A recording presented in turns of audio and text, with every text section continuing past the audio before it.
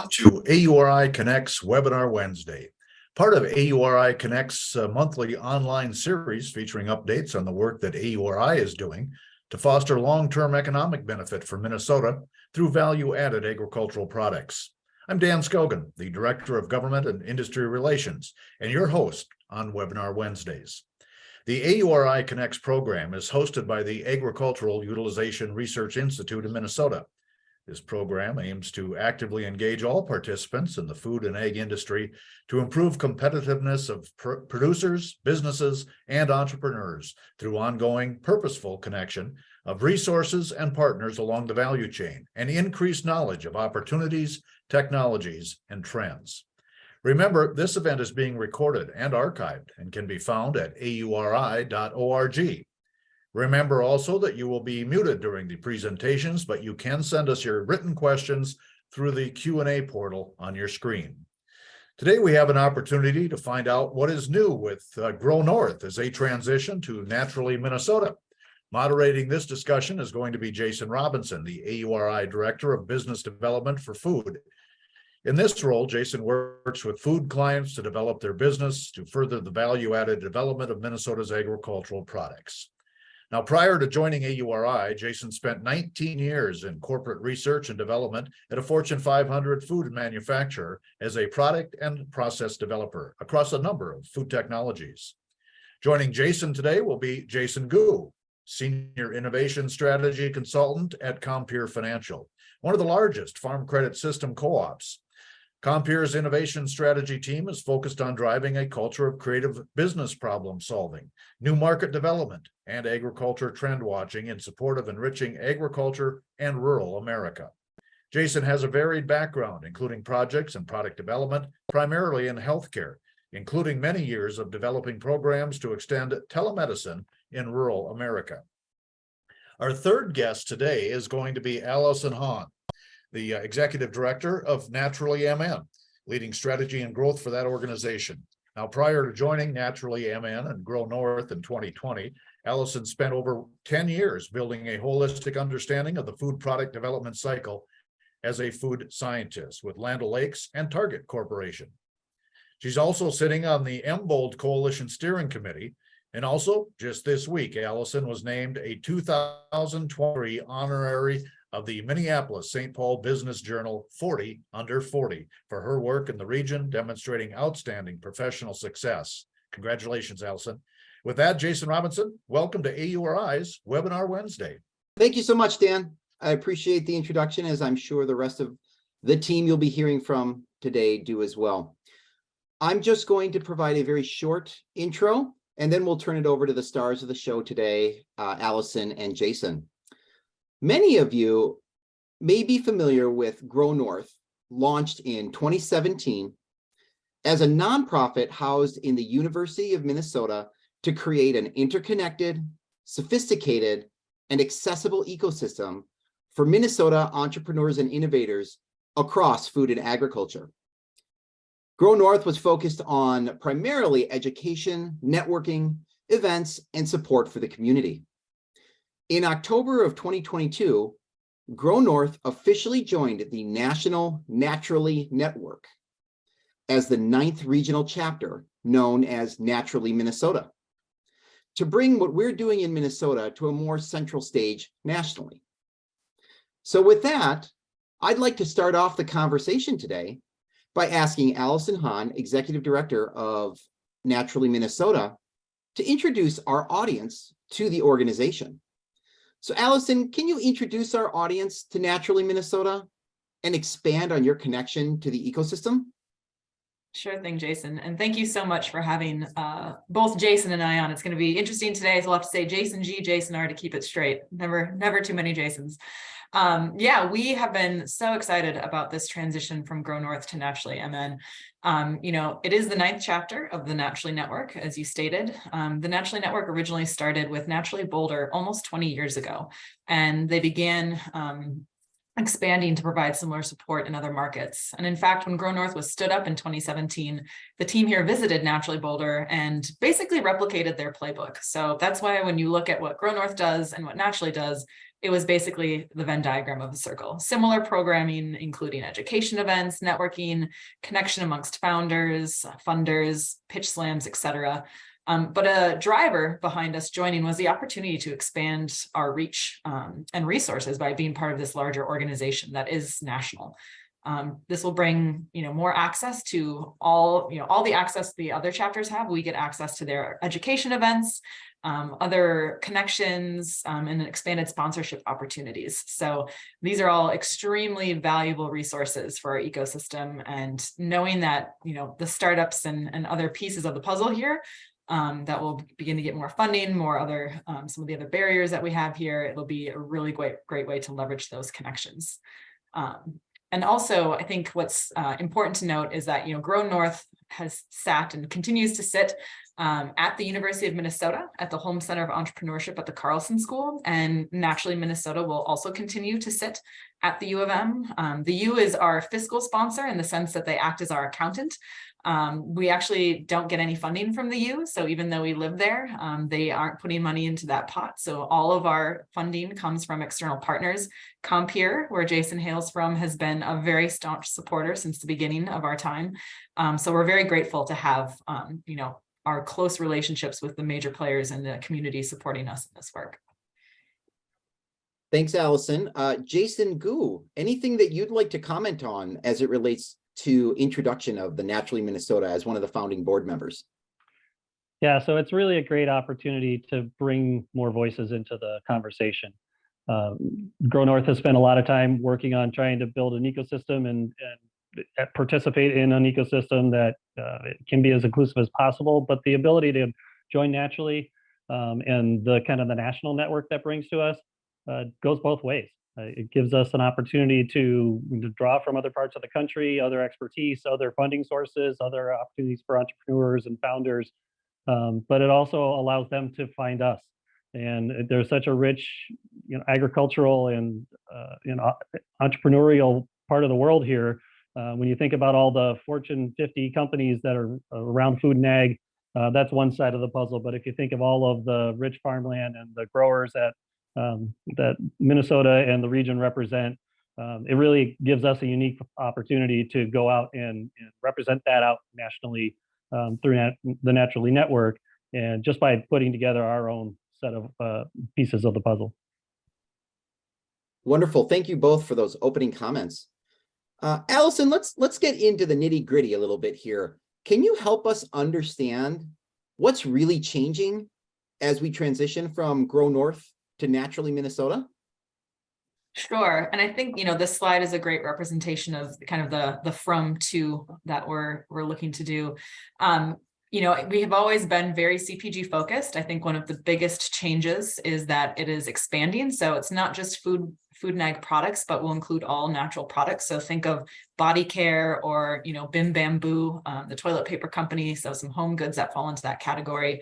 So that will be a significant change in the amount of people and companies that we get to serve, which is great, opening that up to a broader audience. We still will have all of that laddering up, through ag. Obviously, all of these products come from agriculture. So it's not to say we won't be involved. In that way, we certainly will. There's a desire actually to double down on ag and expand our presence, especially through the Naturally Network. And so I know Jason can comment on that later. But from the brand side, we really want to build this, across the entire nation.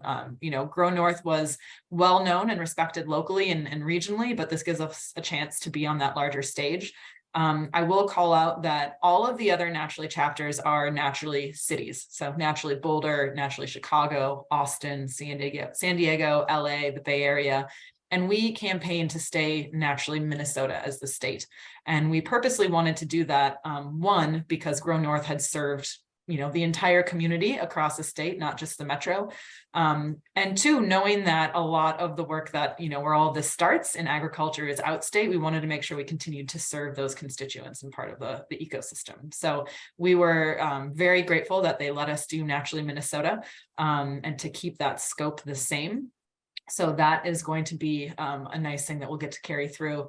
And then I think some of it's just the expansion. I would say that's an overarching theme for this change. Here was a really Previously, it was very much around building the ecosystem to support the entrepreneurs.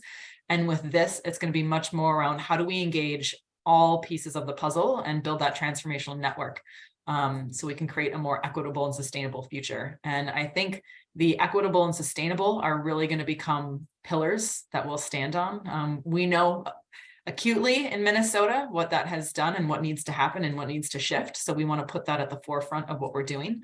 And then we know that unless we have arable land to grow food and inputs for everything else, we don't have a future. And Minnesota is kind of, I think, will be the bread box of the North America, depending on how climate change shapes up with our access to fresh water and arable land we have here. So we want to make sure that we are keeping the world in tip-top shape for generations to come. Thanks, Allison. Jason G., I know that you sat as a member of Grow North for years before it transitioned to this Naturally Minnesota chapter. As a member turned board member, anything that you're thinking about as it relates to how the organization is changing? Would love to hear your thoughts as an outsider turned insider. Yeah, thank you. Well, of course, we're always supportive of the work that helps farms and agriculture in rural America. I mean, that's really a broader view of Compeer, but of a lot of what this happens. When you think about entrepreneurship and startup economies and that kind of thing, you think about technology, you think about, small scale startup pitches and that kind of thing. Farmers and growers have been out there constantly innovating and adapting for millennia. And so trying to bring, the voice of that community in and giving them opportunities and creating pipelines of possibility really is what this kind of upping the ante of activity and interest creates. And so if you think about a farmer out there growing, thousands of acres of row crops, what happens to the next generation who are interested in kind of integrating new things, might want to get into kind of a natural products theme of part of their acreage. They don't know where to go. They don't know. And so as a cooperative, which is what Compeer is as part of the farm credit system, we hope to represent those voices and say, hey, here's some possibilities. We've learned about them. Here's a pathway. And here's a whole bunch of connections you couldn't make on your own. And that's really the network part of it. And then allows them a great head start into whole different fields of innovation and opportunity that would be hard to find out on your own when you're spending a lot of time making sure that the animals are healthy and the fields are growing the way we need them to grow. Wonderful, thank you. Allison, you've made a pretty good case for understanding why transitioning to Naturally Minnesota was attractive for Grow North and what it can do for us. Mm-hmm. But in our conversations, we've also talked about why Minnesota was attractive to the Naturally Network. Mm-hmm. So what do we bring differentially to the Naturally Network, to the National Naturally Network, that has them excited about welcoming us into their overall network? Yeah, I think there's a few things on that list. And early on in the courtship process and conversations we had with them, it was interesting to hear what they were excited about. And also as they kind of learned a little bit more about everything we had going on at Grow North and in Minnesota, you could see the excitement kind of build in their eyes. So I think first off, for them, they were getting an organization and a community and an ecosystem that was already built in a sense. So being able to just plug into their network and immediately hit the ground running and providing value and content, I think was a really nice thing for them. But aside from that, I find it fascinating. Minnesota has, incredible ag production.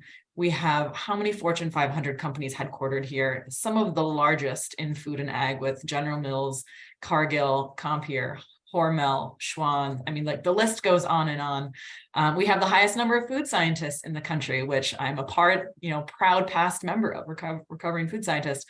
And so we have so many resources here, yet Minnesota is not always thought of as the first in food and ag innovation. When it comes to CPG, people think of Austin, Texas right now. They think of Boulder because they've been around, and they think of California in general. And so I think You know, they were excited to finally really understand who all was here and what all was happening. You know, we also have Target. We also have UNFI. I mean, there's major players across the entire value chain here. And being able to engage those players, I think more meaningfully was really exciting to them. And as we kind of alluded to, bringing agriculture to the forefront is something that they have not done a good job of, and something that I know they're looking for us to do. And we're excited for our first, you know, thought leadership event in November to be around regenerative agriculture, and bringing Tree Range Farms in to talk about their work. But I am going to turn it over to Jason on this one, because that's why we're so excited to have him at the table, bringing those voices and perspective, and what can meaningfully be done. I think, you know, as we've put together the strategic plan, there's kind of short, medium, and long-term impacts. And it's nice to have his voice at the table, representing that sector so well. Yeah, and a lot of what's very interesting, and we've discussed as a board, is where do we fill some gaps?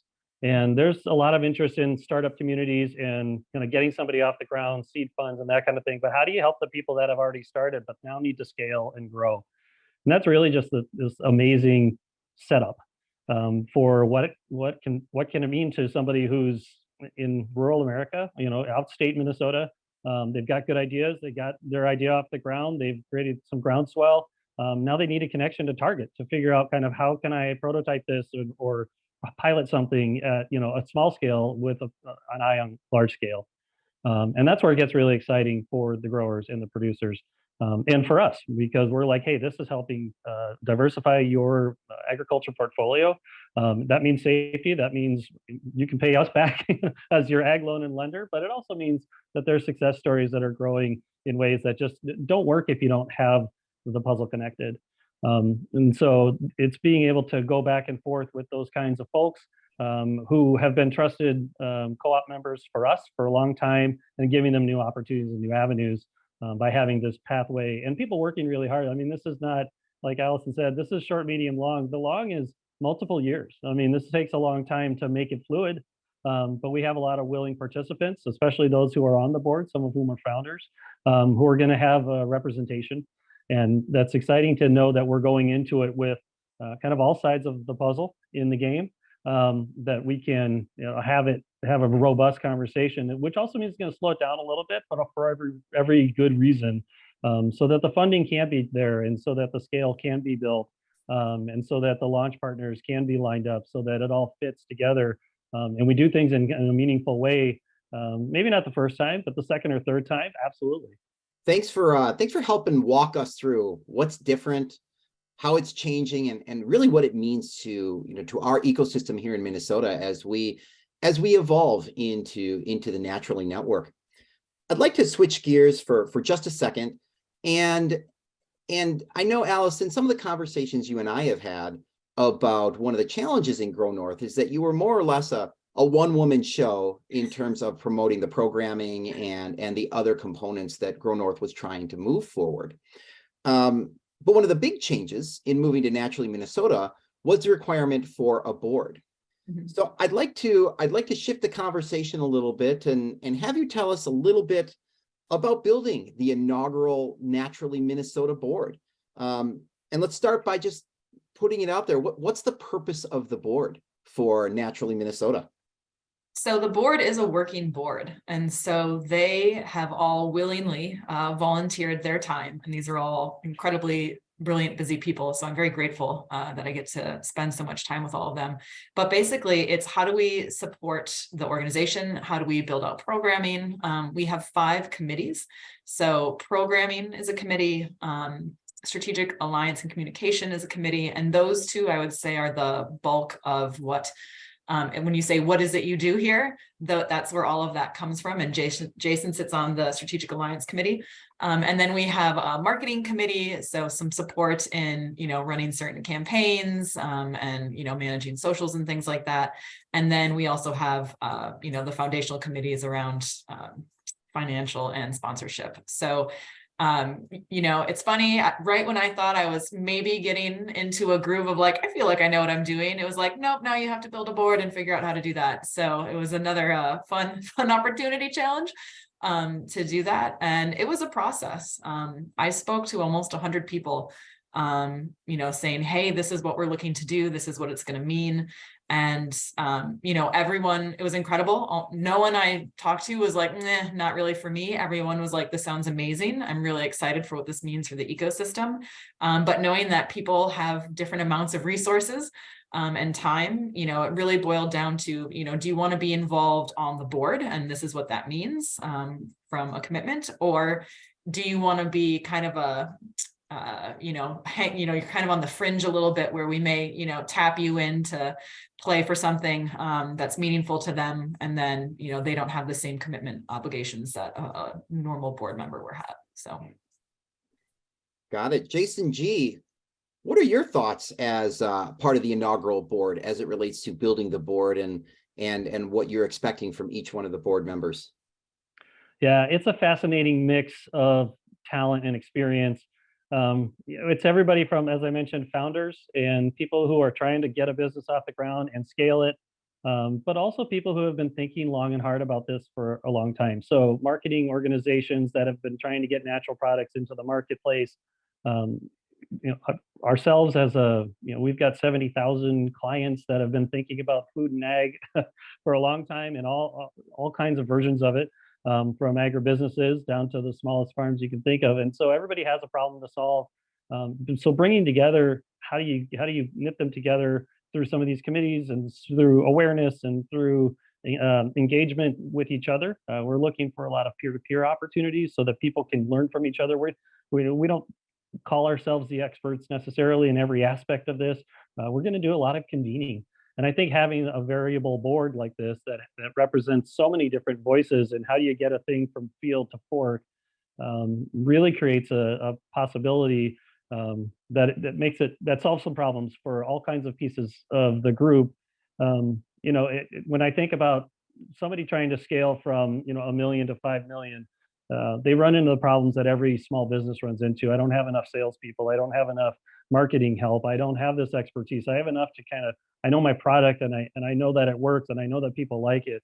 So the blend of the board is really helps to try and raise the awareness of those things as issues, but also bring together the people that have a lot of the answers in a way that would be very, very hard to find each other. And I think that really talks a lot about what Grow North has done and what Naturally can do in a broader scale.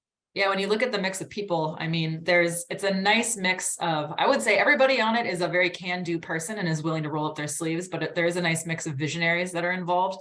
As Jason was saying, people who have thought long and hard about where they want the industry to go, what needs to happen, which is great because that allows me to take a breath and say, okay, we can stop just thinking about today and tomorrow and what we need to do in the immediate, but also what are those short, medium, long-term goals for the community and the ecosystem, and where do we want to take that?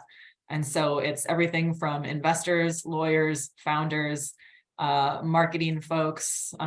We've got some grocers at the table, legal, MDA. I mean, it's, operations folks. It's a really nice blend of people. And we wanted to make sure we had good representation across the entire chain.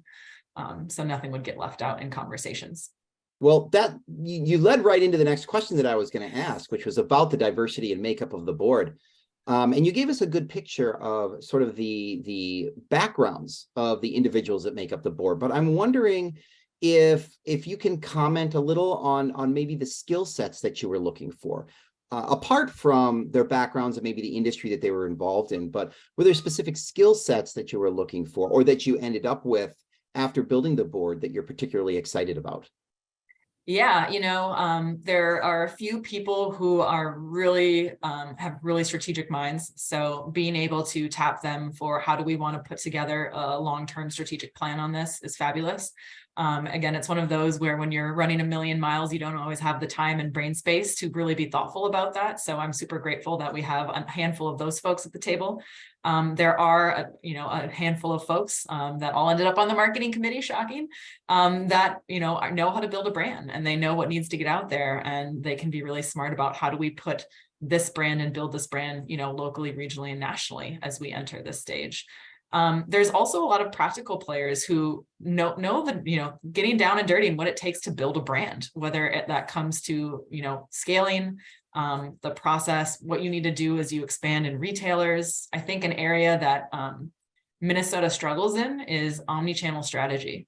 Everybody, we're blessed to have one of the highest number of co-ops in the country, and people get into, a nice round handful of all of those. They'll get into the Kowalskis or the Lunds and maybe the regional, Hy-Vee, Whole Foods, but totally, and those aren't a lot of stores. And then they want to get into Target because it's local.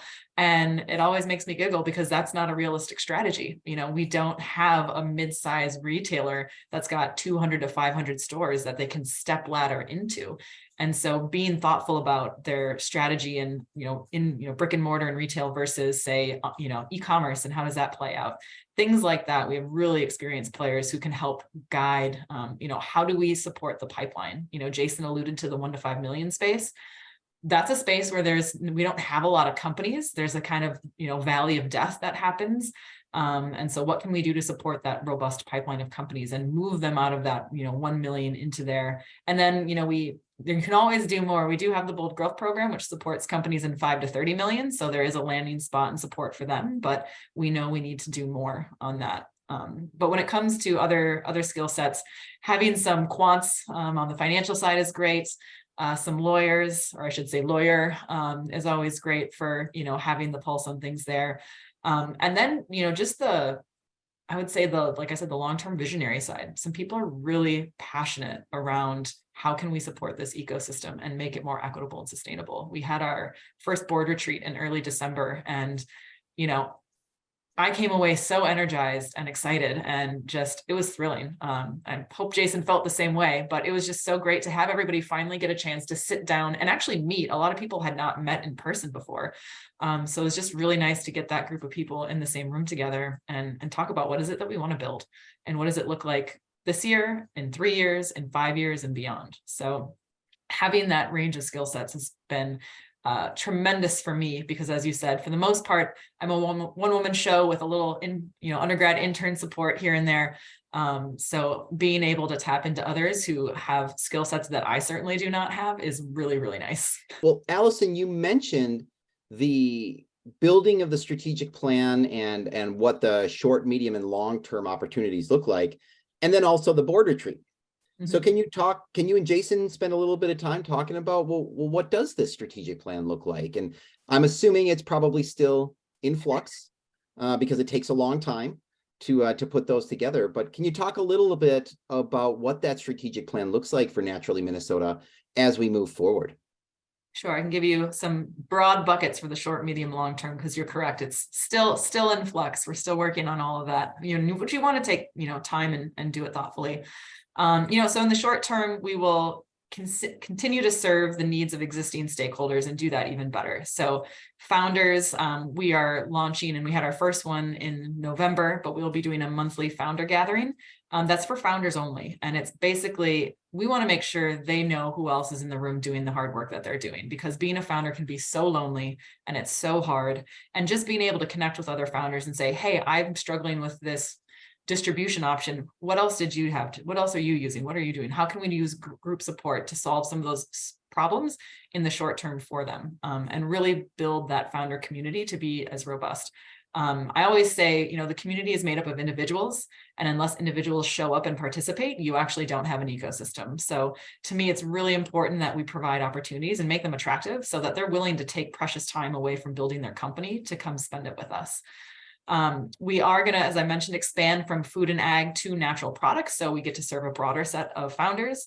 And then, we will be trying to build the Naturally brand locally with clarity of mission as we move forward. So at some point, we'll be nudging people to follow all of the Naturally Minnesota socials more so than Grow North, and making that transition so that they know where to find information when they need it. And then in the medium to long, I think, after building that local brand, it is increasing the prominence of Minnesota in the minds of regional and national investors, similar to the way Medical Alley has been really successful in putting Minnesota on the map as the place for med tech, health tech. We want to achieve the same thing for our food and ag industry here, and do it in concert with all the larger players we have. So, there's a natural joining there between the two. And then we want to strengthen some partnerships with other key stakeholders. I mentioned the retailer problem, I should say problem, omni-channel problem. So understanding, how can we better partner with retailers and provide that pipeline to them? So it's, they get companies that have a higher chance of success, and the right companies are getting in when they need. We know co-manufacturing is a huge problem. And so finding space for that mid-stage manufacturing so we can get more companies over the hump. And there's work happening at Neon, the Upper Harbors Terminal project. So there's certain, that's work already happening, but how can we be a more central role in it? And then investment, I think, is a really big piece of the puzzle. Companies from the Midwest are actually often more investable than companies on the coast because we have to be. You have to do more with less.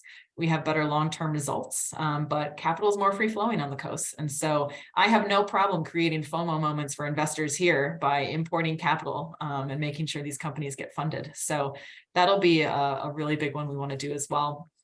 And then I think evolving our relationships with larger companies to go from primarily sponsorship to strategic partners.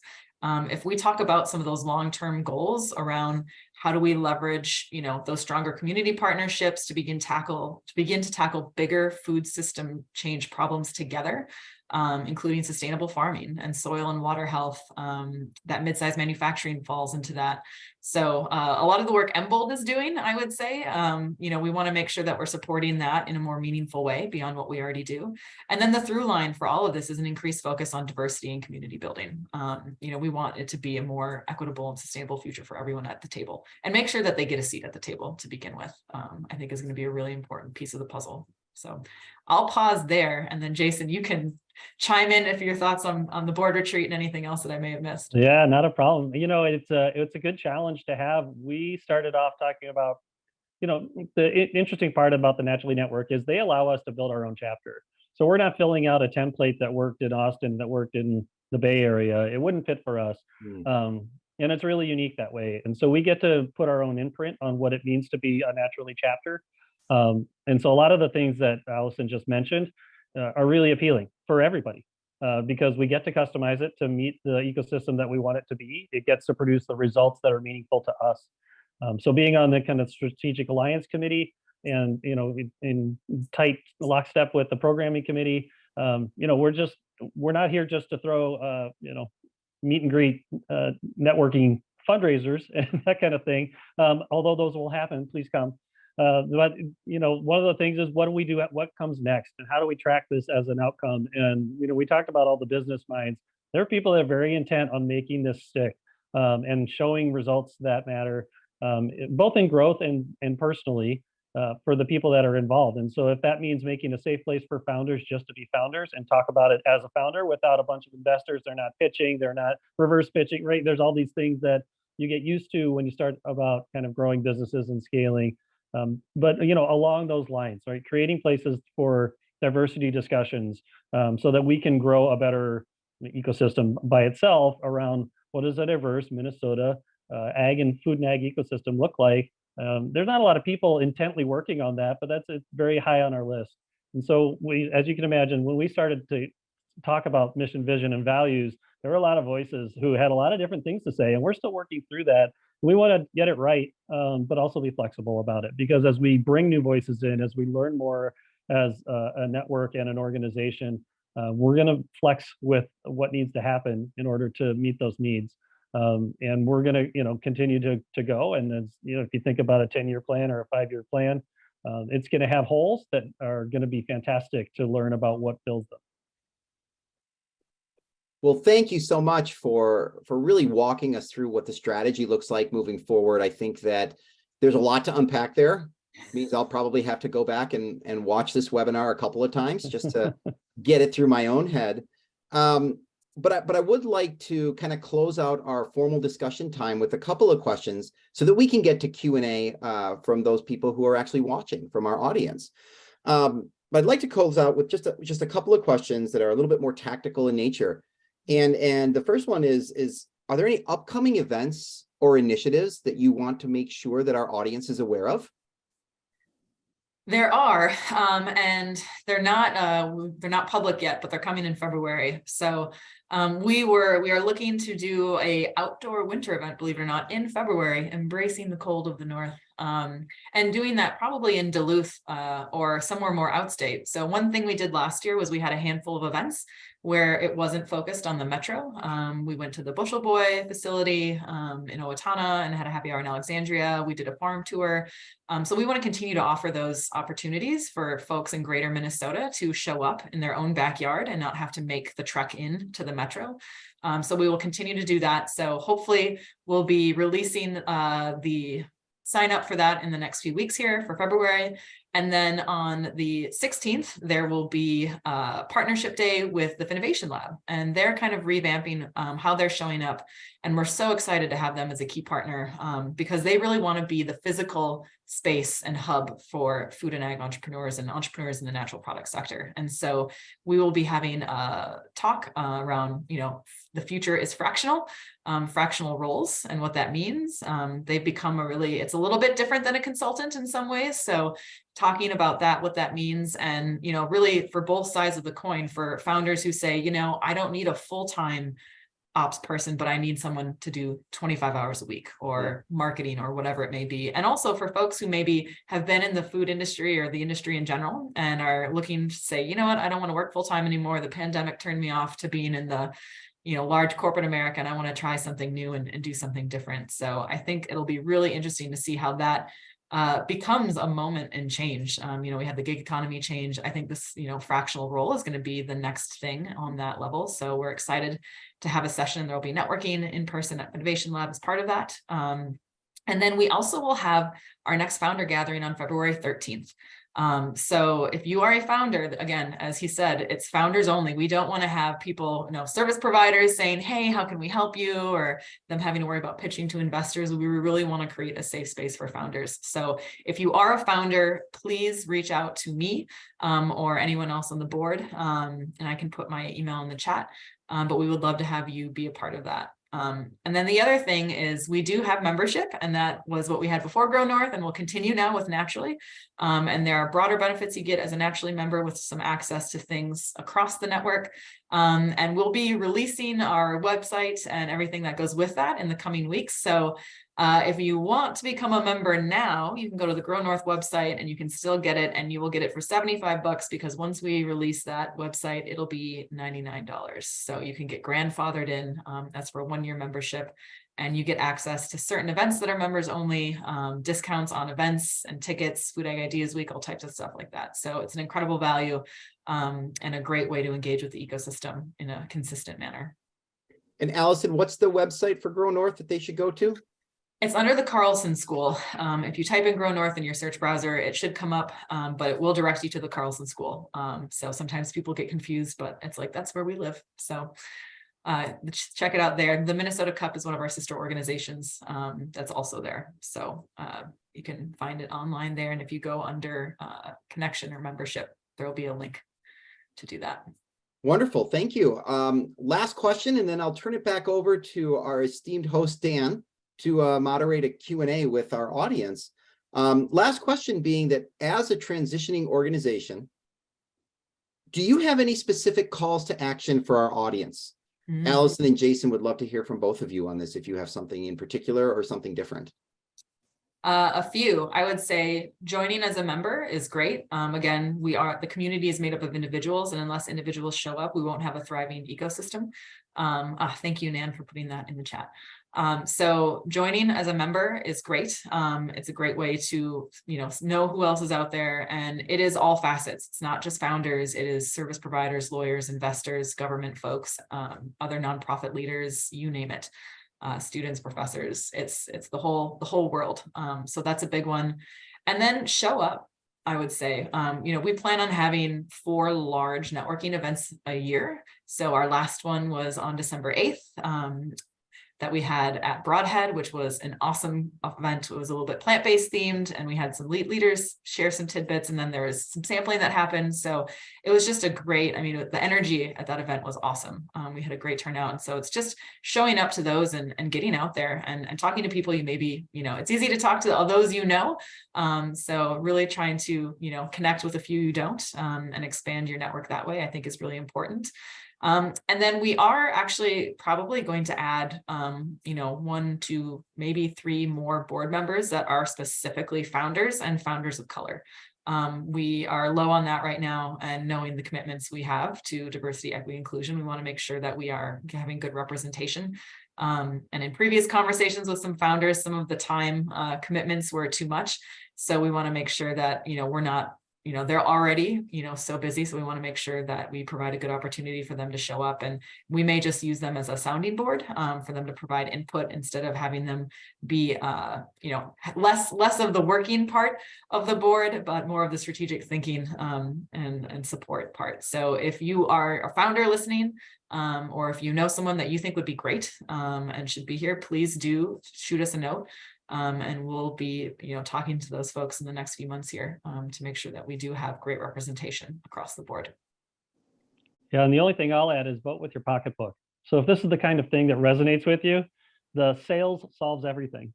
If you're looking to keep this, if natural and organic products are interesting to you, for whatever reason, environmental, health, whatever it is, food is medicine, if those are the kinds of things that you want to have in your life, seek them out. We will work hard on trying to make it easier to find over time.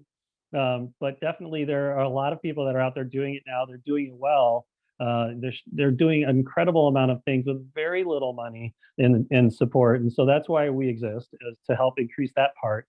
But your part, and you talk about a call to action, go seek it out. Go call somebody, find them on a website, look around, find your favorite products and go, hey, what's made in Minnesota that's like this, that for $2 more, I could buy some. Yeah, that really is the simplest, easiest, most valuable thing you can do to support a natural and organic homegrown ecosystem. Here. Jason, that's a great way to kind of end it. And I'll add to your last comment by just saying the Minnesota Department of Agriculture, which is a wonderful friend to our small food business ecosystem and agriculture in general, is also actively working on creating a brand for products that are specifically made in Minnesota. So you can watch for that coming sometime soon as well. But I would just want to call that out as a delineator of foods that are actually made right here in Minnesota as well, beyond just grown in Minnesota.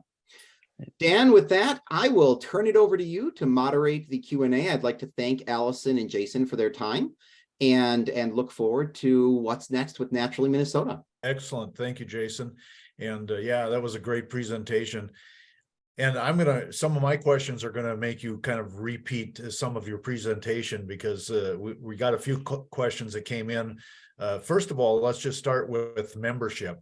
Someone was asking, is the membership to join Grow North going to be the same as Naturally Minnesota? And it is, in the sense that it is a 1-year membership. You will get some of all the same benefits plus additional ones. The biggest change is that it'll be going from $75 to $99 per year. And also, when you use a word like natural or naturally, there's some people that want a definition of that. Now, Bold, you guys, Grow North, went and joined a company that already had named itself, but do they define naturally or natural? That's a great question. It's funny because there is no real definition of natural. If you're a food scientist, you will, find this annoying and infuriating when people say, I want natural, because it can be interpreted so many ways. I think the way that we're looking at it, and the way that we don't want to exclude brands that maybe aren't traditionally thought of as natural, is that, when you think of companies that have a triple bottom line, it's people, planet, and profit. And the conversations that have happened at the national level and within our own chapter have been around a quintuple bottom line. And so it's people and planet, profit actually shifts to prosperity, from a mindset shift of what that actually means for your community. And then passion and purpose are the other two P's, and that we will support and be a part of building a community around brands that meet all of those. I think consumers are getting much wiser on how they spend their dollars and support brands, and companies that address all of those end up winning. They end up being more successful. And so instead of being hung up on, are you a natural product or not? It's, does your brand and your company and your product operate in a way that really marries those 5 P's together? Jason, Gu, anything to add to that? Yeah, I would just say it's a developing refinement of what we used to think of as simply, organic or not kind of thing. Alternative proteins have changed the conversation around what that means. The sourcing and the traceability of products and opportunities for farms to be able to provide that for the consumer is growing all the time. So I think natural will continue to grow with it. And the ability of the consumer to define what that is for them and where their comfortability lies with that is paramount to making sure that it sticks. So our job is to help kind of introduce the possibility, and the consumers will just decide at the marketplace. Allison, is Naturally National looking to expand? I would guess Naturally Minnesota is always looking for additional members. Is National? Am I saying this right? Naturally National Network. Are they looking to grow as well at a national? So yes, so there's a few different ways to think about that. They currently have 9 chapters. They're always courting additional, communities across the country to stand up naturally chapters there as well. So those will continue. If there are people listening in who are in one of those other cities I mentioned, you can certainly go participate in your local chapter. Before we joined, I actually was a member of Naturally Boulder and Chicago, just because I wanted to peek under the covers of what they were doing, to understand how they operate and, what do we do that's similar or different. There are national sponsors. So if you are part of a company that wants to, get to play across all of the chapters, you can become a national sponsor. And the funds that go actually trickle down to all of the different chapters, which is great. Or you can just, be a sponsor of the local chapter here. What's wonderful is by joining, we immediately were able to get access to some more resources, because Nielsen IQ and Spins and some other very large organizations are national sponsors. So we went from giving away roughly 15K in cash and in-kind prizes last year at our pitch slam to almost 50 this year. So there was immediate benefit of joining and opening up some of the additional resources across the country to support the chapter. So that's one of the really exciting things we're happy about making this shift. So there isn't a membership for individuals at a national level, so that doesn't exist. But you can be a member at any of the individual chapters. Once they have a chapter in a state, is that it, or do they have multiple? So California has 4 chapters. And aside from us wanting to maintain the Minnesota from who we serve as a community standpoint, we also don't have the same kind of metros across the state that, Texas or California might. So it was partially we don't think Duluth with their 85,000 people are going to stand up a chapter. I could see Fargo Moorhead maybe coming along in the future. They have a really strong outpost, especially on the ag side. I mean, the Grand Farm is a tremendous asset in that region, and they're a partner of ours. So for us, it was, we probably won't have that's why we also went to just Naturally Minnesota. And, I think a majority of chapters will probably be cities, but depending as they continue to expand, if they're smaller population states, they may go statewide. So we have set precedents for others. Excellent. Jason Robinson, I was going to kind of leave you off the hook here for the Q&A, but I'm going to come to you in just a few minutes and talk a little bit about how you look at this through the AURI lens of getting this added exposure. But Jason Gu, just the added exposure for producers and ag processors from Compure's perspective must be exciting. This has some real potential. Yeah, I mean, diversification of a product line in any business can really be a survival tactic. And there's a lot of farmers out there very curious in how they can do more, how they can experiment with portions of their field. And then there's a whole generation of farmers and producers who want to do the new next thing, right? These are innovative minds who are problem solvers daily. And so when we are able to bring them with, possibilities, we can, cut through some red tape or knock down a wall. They want to hear about it, and they're very interested in figuring out kind of what's next and how can they prepare for it.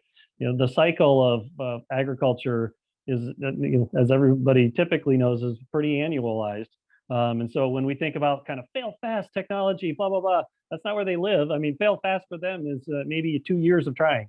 So, we have to kind of be able to integrate that. We're not going to be able to change the season. So we have to be able to integrate that with kind of the same mentality of startup, grow, scale, fail fast.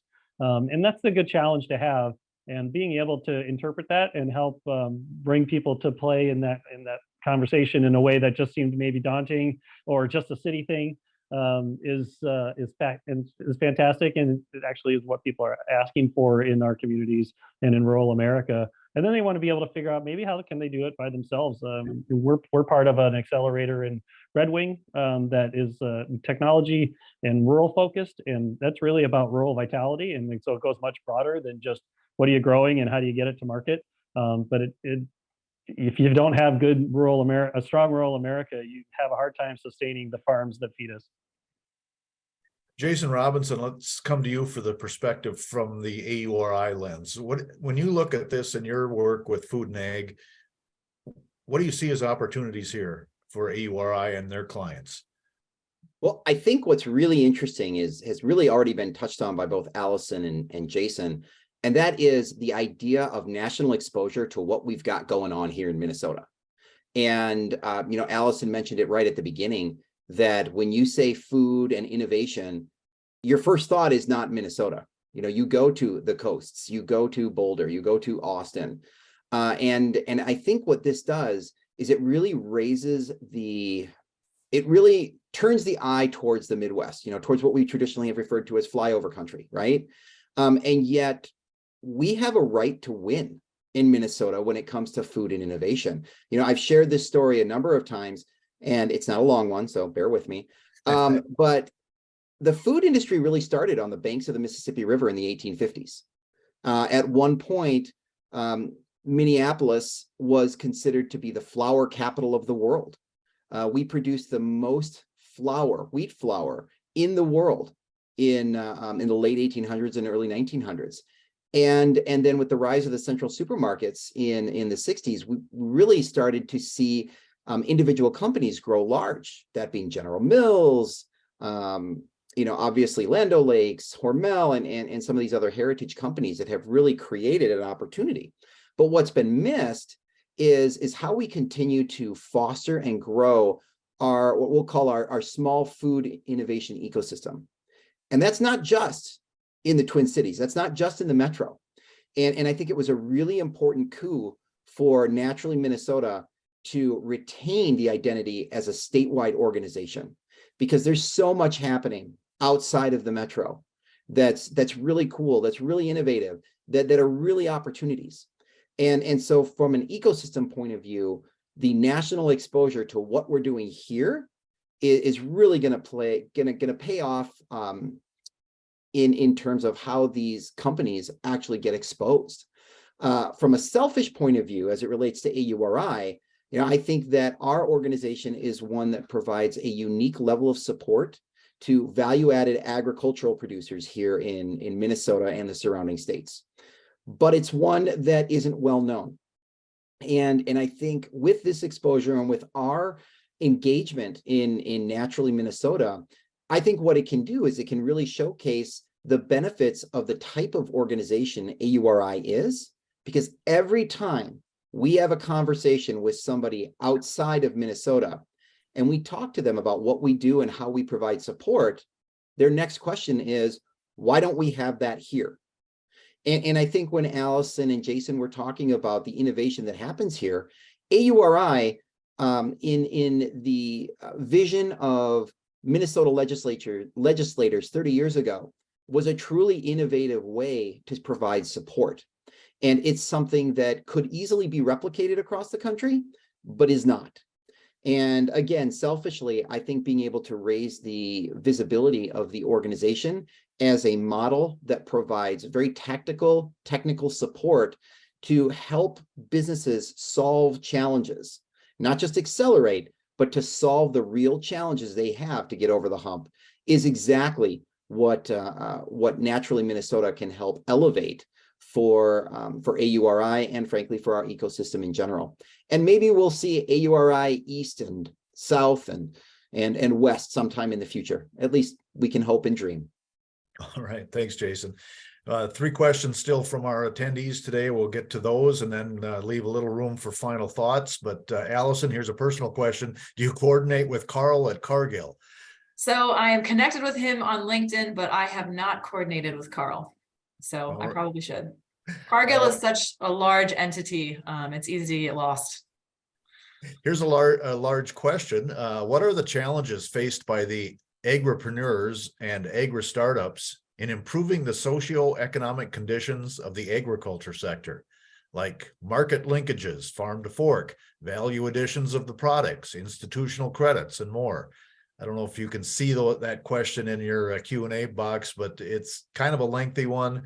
I see Allison and Jason are both smiling, so I'll let whoever wants to take that go ahead and have a run. I'm going to make one comment and then I'm going to defer to Jason as the expert on this one. And the one thing I know that's a challenge is the supply chain infrastructure piece of that puzzle. As people want to develop new products or do more specialty crops, they often don't have places to process them, package them, or produce them at a scale where they can be used to actually be really profitable. So I know that is a big problem, one that we've talked about before. But Jason, I'm going to turn this over to you.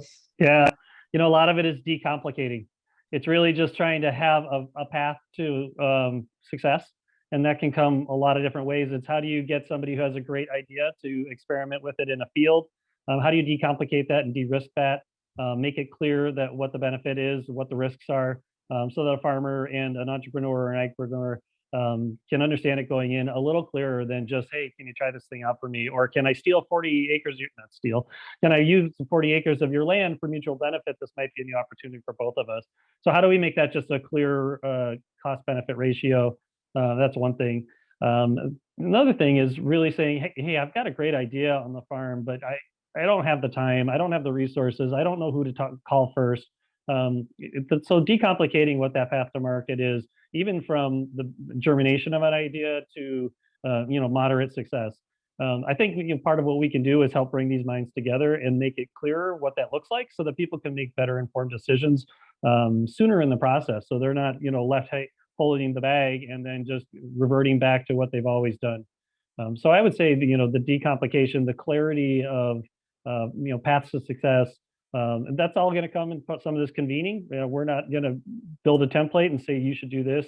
We're going to learn from people's successes and failures, and that's going to help create a better way for us to package it as naturally, so that people have a place to go that's a little more, it's a single point of contact to say, hey, I've got this, I want to go there, and it could be idea in, product out, and it could be product tested, want to scale, and we just have a better way to answer the questions than trying to just Google it yourself or talking to people, or God forbid, you have to go to all these networking things and build your own network of solution providers. And a final question before we get final comments. Will the board ensure that Naturally Minnesota doesn't just greenwash terms like sustainable, regenerative, and organic? It's an open question as far as I'm concerned, whoever wants to take that on. Yeah, that's an interesting one. It's funny the way we talked about natural being kind of this catch-all with no real definition. I feel like sustainable has actually moved into that as well. Every company's claiming they're sustainable, but there's no real definition of what it means. I think for us, it's going to be, what are the specific initiatives or actions that we're taking? Obviously, part of what we do around, that thought leadership event was bringing, eyes onto what people are doing out there and giving a platform for folks to share about the work that's happening. I don't think we're not here to be a marketing campaign for those things per se. I'd say it's more about, are we bringing people to the forefront who are doing work in that space that is tangible, and we can point to it and say, here's how they're making changes in their farming practices, here's how regenerative is impacting soil health. It'll have to be specific and measurable. Jason, I don't know if you have anything else to add on that one. Yeah, I would say just because of the breadth of our organization, and it will continue to grow in breadth, we're going to have people that are able to coach, counsel, and cajole so that they can say, hey, listen, you're going to scale. And one of the things that people might accuse you of is greenwashing. Are you aware of this? Right? And here's why we think that. So, don't make that step if, that wasn't your intent.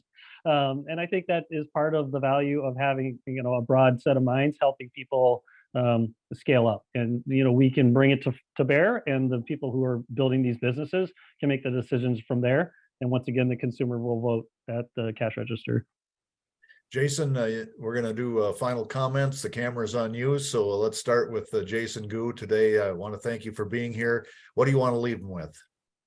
Yeah, it's my pleasure. I would say more than anything, everybody should be aware that there are people working really hard already and today on doing things better, doing things more interestingly, taking new versions of how we put foods together, how we engage with the farms and farmers that have been around us for centuries, and turning them into different kinds of things that benefit both the farmers, the growers. I mean, the goal is that everybody wins along the cycle, and Naturally is really interested in making sure that that's true.